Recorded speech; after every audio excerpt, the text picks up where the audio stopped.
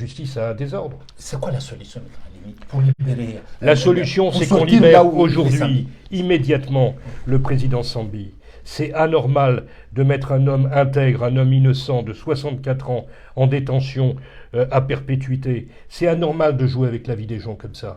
Les Comores s'honoreraient à libérer tout de suite le président Sambi et à faire en sorte qu'on se rende compte que, justement, il n'y a pas eu d'instruction, il n'y a pas eu de procès équitable, il n'y a pas eu la possibilité d'avoir une séparation des pouvoirs. L'article 8, vous savez, les Comores sont signataires de des droits de l'homme, de la Déclaration des droits de l'homme et du citoyen, celle de 89. Eh bien, il est indiqué dans cet article 8 qu'on ne peut être jugé qu'en considération d'une loi qui a été promulguée antérieurement. Mais quelle loi a été promulguée antérieurement? Et quels sont les juristes comoriens qui viennent dire que le crime de haute trahison a été promulgué antérieurement? Je leur dis ceci, regardez les textes, regardez ce qui a été fait, utilisé justement à l'encontre du président Sambi. C'est anormal, c'est de l'injustice. C'est amener un homme à la mort, parce que perpétuité pour un homme de 64 ans, ça veut dire quoi? On joue avec sa vie, on joue avec sa santé. Je vous précise que même à une époque, et pourtant le juge d'instruction n'était pas quelqu'un de plus indulgent avec le président Sambi, qui lui a quand même permis d'aller se faire soigner à l'étranger, et que c'est sur opposition du président Azali, c'est-à-dire par émiction du pouvoir exécutif sur le judiciaire, qu'on a empêché le président Sambi d'aller se faire soigner à l'étranger, alors que justement sa santé le méritait. C'est surtout, on a vu que le ministre, ce ministre des Finances de l'époque, Ikili Louamine, il n'était pas convoqué, et aussi Achraf, qui était son directeur, qui signait ses passeports, il n'était pas convoqué non plus, alors qu'on a convoqué Mamadou Ali Swali. Vous comprenez? Ben non, je ne comprends pas, mais ça veut dire quoi? Ça veut dire quoi? Ça veut dire que c'est ciblé.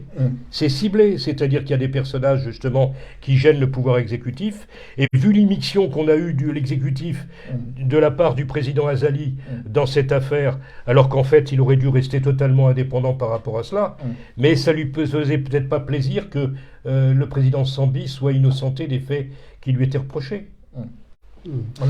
Que pensez-vous des propos du procureur Ali Mohamed Junaïd pendant les réquisitions, quand il disait Ahmed Abdallah Mohamed Sambi a trahi la mission qui lui a été confiée par les Comoriens? Mais c'est scandaleux. C'est scandaleux. Le commissaire du gouvernement n'est que le commis du gouvernement. N'est que le commis du gouvernement. Monsieur Junaïd, je suis désolé de lui dire et de lui rappeler. Pourquoi?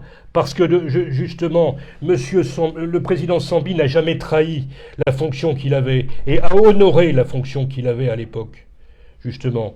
Donc en fait, aujourd'hui, jouer avec la vie d'un innocent, c'est pas normal. Et c'est pas à l'honneur, justement, d'un procureur ou d'un commissaire du gouvernement, justement, de prétendre ce genre de choses.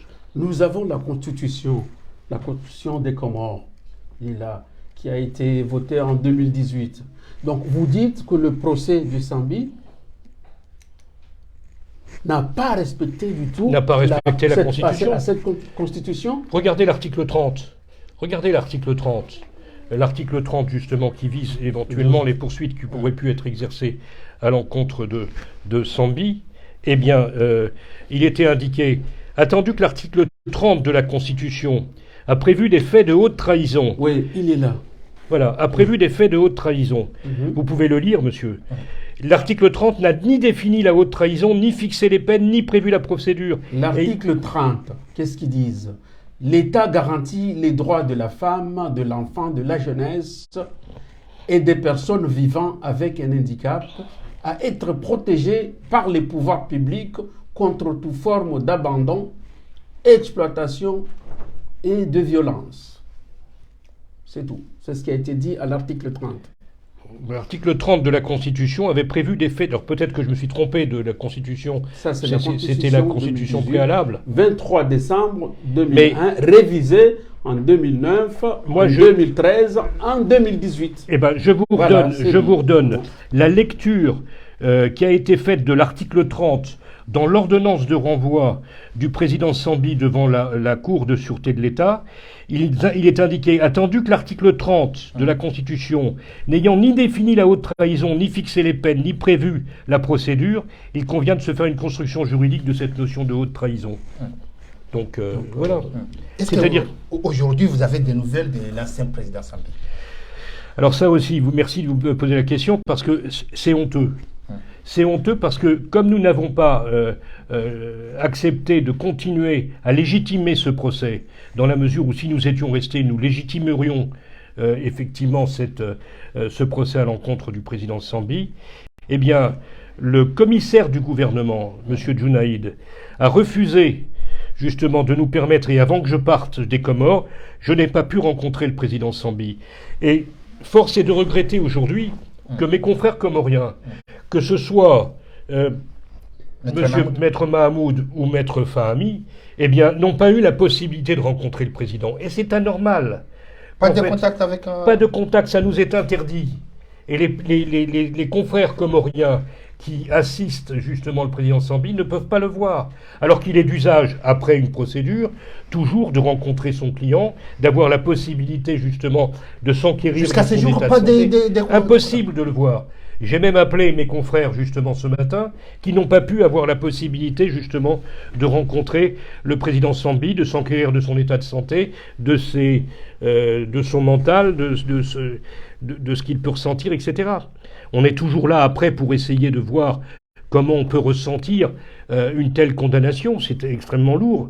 Eh bien, on n'a pas la possibilité d'exercer notre rôle. Et vous pensez toucher des instances internationales de ce dossier ou... Bah écoutez, ça c'est en tant que avocat du président Sambi et puis faisant partie du collectif qui le défend, eh bien évidemment nous n'allons pas en rester là et j'ose espérer effectivement que les instances internationales seront sensibles à cette absence de justice en ce qui concerne ce procès qui n'a pas du tout été équitable. Le président Sambi, le président Azali Assoumani, il est candidat au poste de président de l'Union africaine. Mohamed Abdou, quels sont les enjeux de cette poste? Justement, c'est le jeu du procès. Parce que vous savez que Sambi, il a été arrêté, il a mis 4 ans, plus de 4 ans en garde à vue. Donc, ce n'est pas au hasard si aujourd'hui, on a vu arriver ce procès. Donc, vous savez, c'est l'enjeu. C'est à propos de ce calendrier. Donc, Azali Assoumani a bien vu que bientôt, c'est les élections à l'Union africaine. Et comme il prétend être candidat, donc voilà, on va faire le procès. Donc, maintenant, on attend. Parce qu'on sait que les élections auront lieu en février. Donc, ça, c'est sûr et certain. Il y aura quelque chose avant les élections de l'Union africaine. Donc, c'est l'enjeu. Donc, je sais, est-ce qu'Azali va faire une grâce à Sambi? Et qu'est-ce qu'il va jouer? Parce qu'il y a le jeu, les élections de l'Union africaine et Sambi. Donc, il y aura quelque chose. Est-ce qu'il va gracier?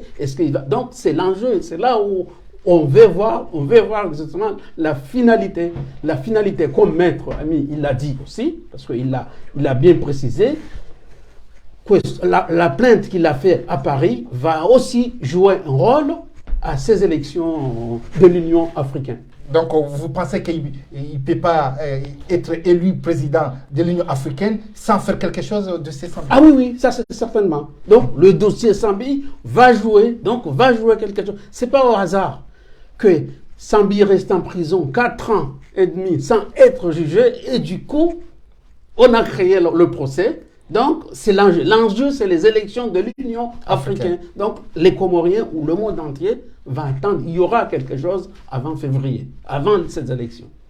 Maître Alimi, que pensez-vous de cette candidature de président Azali Assoumani au sein de l'Union africaine? Je suis mal placé pour en parler, parce qu'en fait, mon rôle est un rôle d'avocat. Maintenant, si vous voulez, le président Azali s'honorerait de trouver une solution au sort du président Sambi, parce que je présume qu'on ne peut pas se présenter pour présider l'organisation de l'Union africaine en s'éloignant de la démocratie, en s'éloignant de l'application de la justice, c'est d'avoir la possibilité de jouir d'un procès équitable. C'est la moindre des choses. Ce serait la honte, justement, si on ne respectait pas ces dispositions, les institutions de la justice, le procès équitable et les règles de la démocratie, qui consistent en la séparation des pouvoirs, en la séparation des pouvoirs, mais en même temps en l'application de la disposition des dispositions de la Déclaration des droits de l'homme, avec des lois qui existent préalablement par rapport à un procès. Et donc, le président Azali devrait se rendre compte que sa justice n'a pas été à la hauteur et que dans ces conditions, il a mal été conseillé. Et j'ose espérer. Vous savez, le président Azali, moi j'avais, lorsqu'en fait il a été réélu, de bonnes dispositions le concernant, parce qu'en fait il avait demandé l'application des accords de Fontbonny, qui permettaient justement d'avoir une présidence tournante entre les différentes îles. Et je me disais, c'est un bon signe de démocratie. Et je ne m'attendais pas à ce qu'il puisse tourner de la sorte lorsqu'en fait est arrivée l'histoire de la procédure avec le président Sambi. Avez-vous porté l'affaire devant son ami Macky Sall, qui est le président de l'Union africaine actuelle? Non, pas du tout, pas pour l'instant. Mais vous savez, avec nos confrères, certains sont spécialisés en ce qui concerne effectivement ces plaintes et ces saisines effectivement de cela. Nous avions sollicité l'organisation de l'Union africaine à l'époque sur la détention arbitraire du président Sambi, et nous avons eu des réponses qui nous étaient favorables et qui ont exprimé le fait, que ce soit à l'ONU ou que ce soit à l'OUA, qui ont exprimé et qui nous ont donné raison, à savoir préciser que la détention du président Sambi était une détention arbitraire. Donc aujourd'hui, c'est un dossier qui est à suivre. Si vous croisez président Azali Assoumani, vous lui direz quoi, Maître Ali? Eh bien, vous savez, qu'est-ce que je lui dirais? Ça m'étonnerait que je le croise, mais je lui demanderais d'avoir de l'indulgence et de reconnaître que, si vous voulez, qu'il y a eu des erreurs, que sa justice, justement, que le ministère dont il pourrait s'enorgueillir, qui est un ministère magnifique, justement, qui est la justice, eh bien, n'a pas été à la hauteur et qu'il devrait en tirer toutes les conclusions, à savoir que, justement, on a condamné un innocent et qu'il devrait aujourd'hui le relâcher purement et simplement. Vous trouvez scandaleux qu'il n'a pas sanctionné ces ministres qu'ils ont rencontré Bachar Kouane ici à Paris? Ben écoutez, ça c'est son problème, je ne sais pas. Mais le problème, c'est que quand je vois la subornation de témoins et quand je vois la tentative d'escroquerie au jugement en bande organisée pour faire changer justement la déposition d'un coprévenu par rapport à des accusations infondées et pour créer justement un climat de suspicion, mais horrible, à l'encontre effectivement d'un innocent, j'estime que dans ces conditions, ça, il devrait s'en rendre compte. Mesdames et messieurs, on est en direct aux chaînes libres de Comores avec Maître Alimi, avocat de l'ancien président Sambi. Vous pouvez réagir en direct et partager. Mohamed Abdou, est-ce que vous avez une question à poser? Oui, tout à fait. La plainte du ministre Mseydié, vous pensez à quoi? Vous pensez que ça vous vise à vous? Écoutez, j'en ai pas eu connaissance, mais je ne pense pas, de toute façon, vous savez, les avocats bénéficient d'une immunité. On n'est pas diplomate et on n'est pas ministre, mais on bénéficie d'une immunité dans le cadre de nos activités. Et si jamais il devait y avoir quelque chose, j'estime qu'on a suffisamment d'éléments pour démontrer les malversations qui ont été commises en bande organisée au plus haut sommet de l'État, au plus haut sommet de l'État comorien. On a les preuves de cela. Et que dans ces conditions, si on doit rendre des comptes devant la justice, on les rendra coup pour coup. Et le peu du temps que vous avez passé aux Comores, dans le cadre de votre travail, comme vous parlez de votre travail, quelle impression a donné à la justice comorienne, souveraineté, séparation de pouvoir? Quelle impression vous donnez? Je vous ai dit, bon, la séparation des pouvoirs, il n'y en a pas. En fait, non, il n'y en a pas. Que ce soit Houssen, au départ, le ministre de la Justice, qui indiquait que le sort de Sambi était entre les mains d'Azali, que ce soit l'actuel l'actuel juge d'instruction Elamine Saïd, qui a indiqué qu'on allait reconstruire, ça n'existe pas, mais on va reconstruire le crime de haute trahison parce qu'en fait il n'avait pas été prévu ni organisé, on n'avait même pas les peines, on n'avait même pas la procédure, eh bien ça c'est la preuve qu'il n'y a pas de séparation des pouvoirs. Et puis on est extrêmement déçus parce que les Comoriens sont un peuple magnifique, Vous savez, on parlait d'un peuple extrêmement gentil, extrêmement avenant, extrêmement hospitalier, et aujourd'hui on donne des Comores une image qui n'est pas la bonne. Est-ce que pendant votre voyage, on vous avait mis la pression, vous étiez intimidé ou vous étiez libre de travailler Pardon. Ben, écoutez, à part le fait qu'on nous a empêché d'approcher notre client, d'approcher le président Sambi, on n'a pas eu d'autres difficultés. Je mentirais en vous disant autre chose. Il n'empêche que je vois mes confrères comoriens, ils font attention, de toute façon. Que la parole soit libre aux Comores, je ne le dirai pas. Je ne l'affirmerai pas.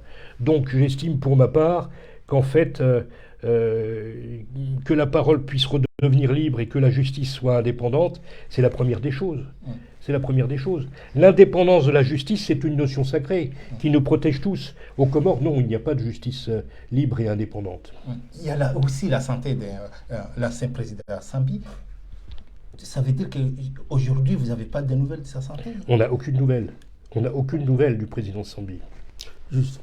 Justement, nous avons vu au début du procès votre client Sambi, comment il a bataillé pour prendre la parole. Vous trouvez ça que c'était normal ou... Ben, ça lui a été reproché. Ça lui a été reproché par un avocat de l'État comorien, je pense. Qui a dit qu'en fait, il se rendait compte que par rapport à sa verve et à sa fougue, eh bien, il considérait qu'il allait bien. Mais on peut avoir, vous savez, un sentiment d'injustice et puis pouvoir se battre comme il se doit et comme l'a fait le président Sambi, et puis ne pas supporter cette détention. Vous savez, la détention, alors on va reprocher qu'en fait il passe sa détention dans son domicile qui n'est même pas son domicile habituel, puisque son domicile c'est à Anjouan. Et là, on l'a placé en détention dans son domicile de fonction qui était en fait aux Grandes Comores, à Moroni. Donc on vous enferme dans un endroit, même si c'est un peu plus confortable qu'une prison. Vous savez, les prisons comoriennes, j'ai pu les fréquenter parce que j'ai défendu d'autres personnes auparavant, et j'ai vu dans quel état la prison de Moroni est pitoyable. Vous avez des cellules qui sont infâmes, qui sont toutes petites, la terre battue, les cafards, les rats, les clients que j'ai pu sortir à l'époque, c'était des clients qui ressortaient avec le paludisme, avec des maladies, qui avaient du mal à se remettre d'aplomb lorsqu'en fait ils revenaient sur le territoire français. Moi, j'envie pas de toute façon le sort du président Sambi parce qu'en fait il est dans sa résidence à Moroni. C'est une détention injustifiée. La prochaine étape, c'est quoi? On croise les doigts, on continue à prier. C'est quoi la prochaine étape? Écoutez, moi je suis dans un pays laïque, donc dans un pays laïque, on ne continue pas à prier. On continue de faire de la procédure, de faire du droit et de demander justement aux institutions comoriennes de se rendre compte de l'absence de justice, de se rendre compte qu'on a condamné un innocent à la perpétuité, que les jeux étaient faits d'avance et qu'il n'a pas bénéficié d'un procès équitable. C'est de cela qu'il s'agit. On ne va pas mettre des cierges justement pour le sort du président Sambi. Non, il faut continuer à faire valoir ses droits et à faire valoir son innocence et montrer et démontrer justement quand il n'a rien à se reprocher dans cette affaire. Comment vous trouvez la réaction des Comoriens qui ont beaucoup suivi ces procès? Alors ça, c'est une inconnue pour moi. C'est une grande inconnue parce que, si vous voulez, je suis surpris de voir qu'en fait, il n'y a pas plus de réaction que cela par rapport au sort du président Sambi et que on accepte à la limite son sort. Alors, on m'a posé la question de savoir si je poussais les Comoriens à descendre dans la rue un jour. En tant qu'avocat, je ne peux pas répondre à une question comme ça, et ce n'est pas à moi de décider de ça.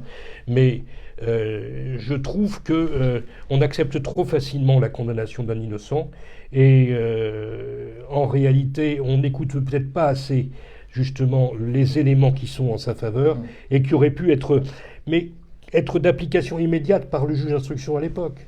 Le juge d'instruction, à l'époque, avait fait l'objet justement d'une ordonnance où il avait été démis de ses fonctions précédemment Moi, j'avais été surpris, effectivement, de le voir désigné, parce qu'on m'avait dit qu'en fait, c'était un parent du président Azali.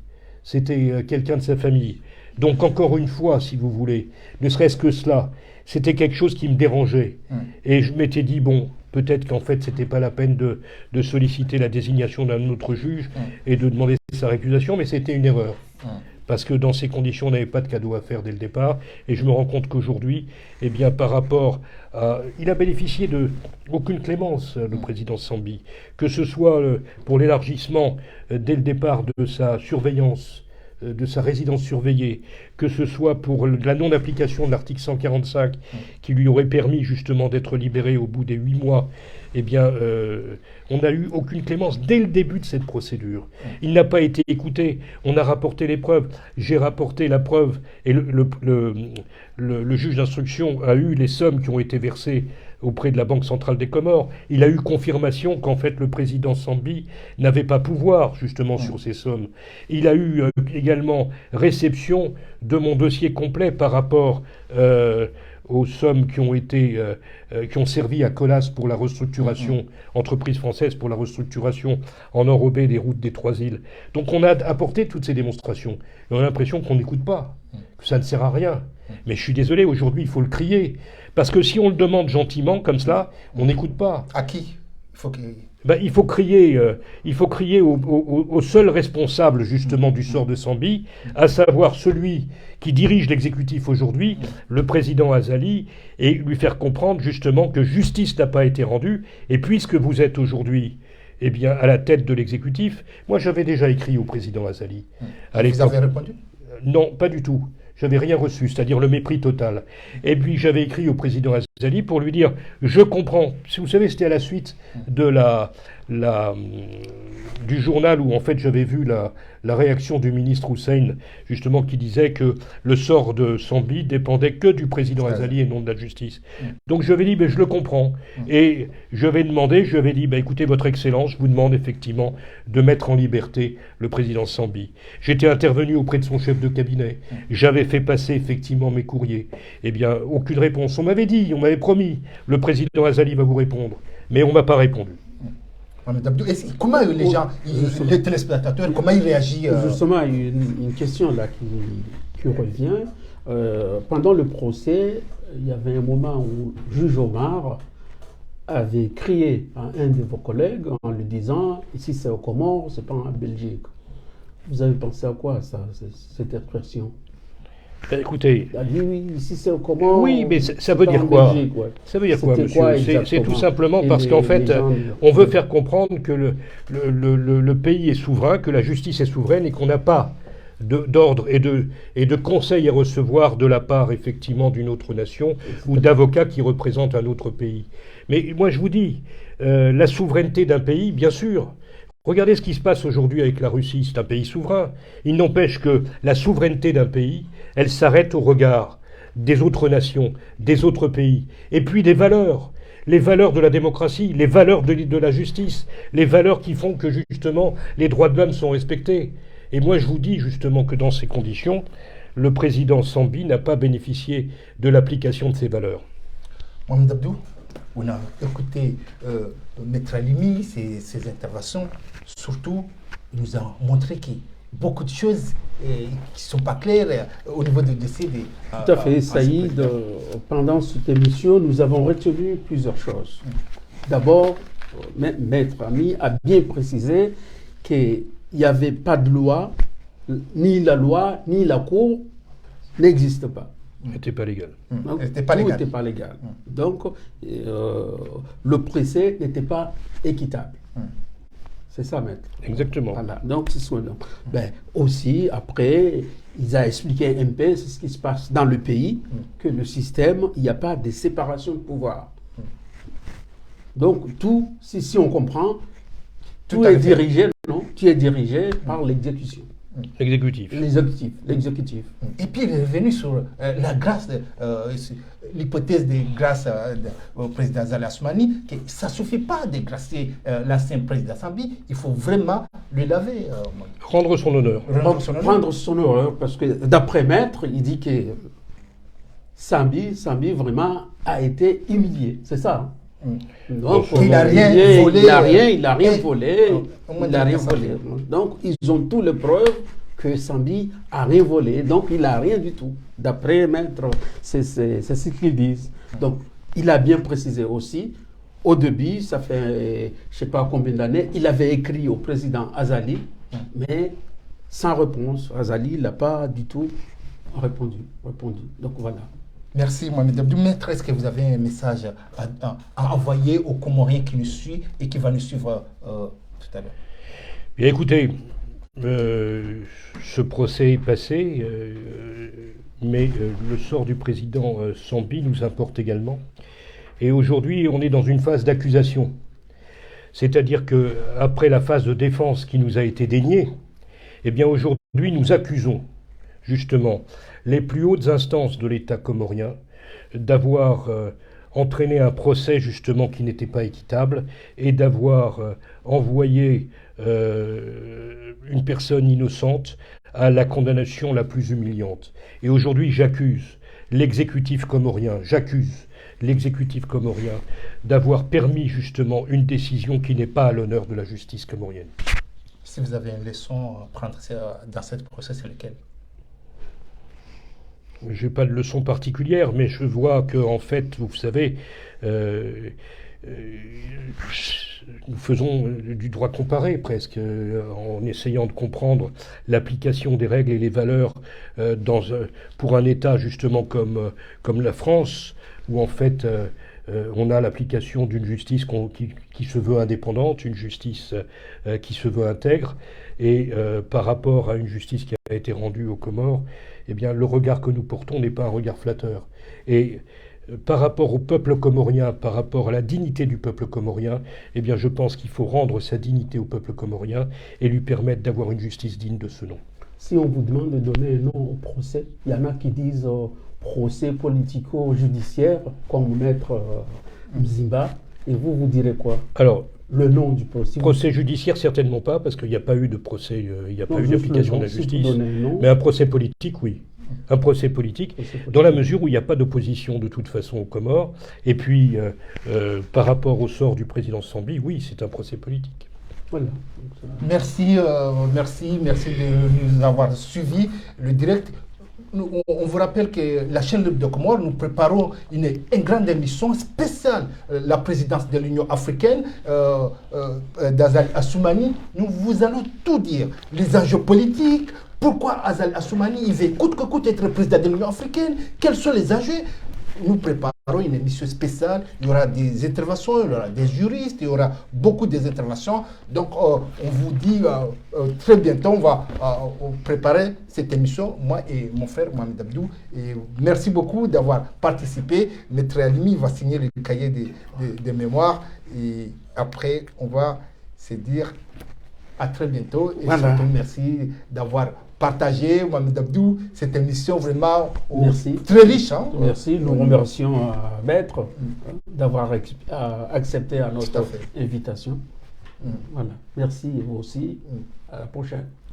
Donc voilà, hata mpaka labda kazokifu mpango watu wa Chaîne Libre de Comores. Donc ngarimshukuru ya nyondo mwadunga mwadoni zile avizanyo ngarjo uzidu mshukrani no mwabden kamse partage na YouTube ngejo da abo arma YouTube ngarjo monisani kulisi namna wajawu donc abungi demne mwana mdabdu dum shukrani na mje hen mjukotsa ya ji doni ila avia hai Chaîne Libre de Comores ndio ouvert hanam du ngena huria yo joja j'exprimer janar card mbo approche wa e gouvernement le squalé donc arma faire une oui squalé nous receive Maître Alimi arma Chaîne Libre de Comores donc dum shukran dum shukran marhaba zina juhud na zina mvu zina force comme kaurni arma Chaîne Libre de Comores mishia Maître Alimi namna donner zina intervention zahi donc marhaba menji donc hawrini ka zina mvu malama.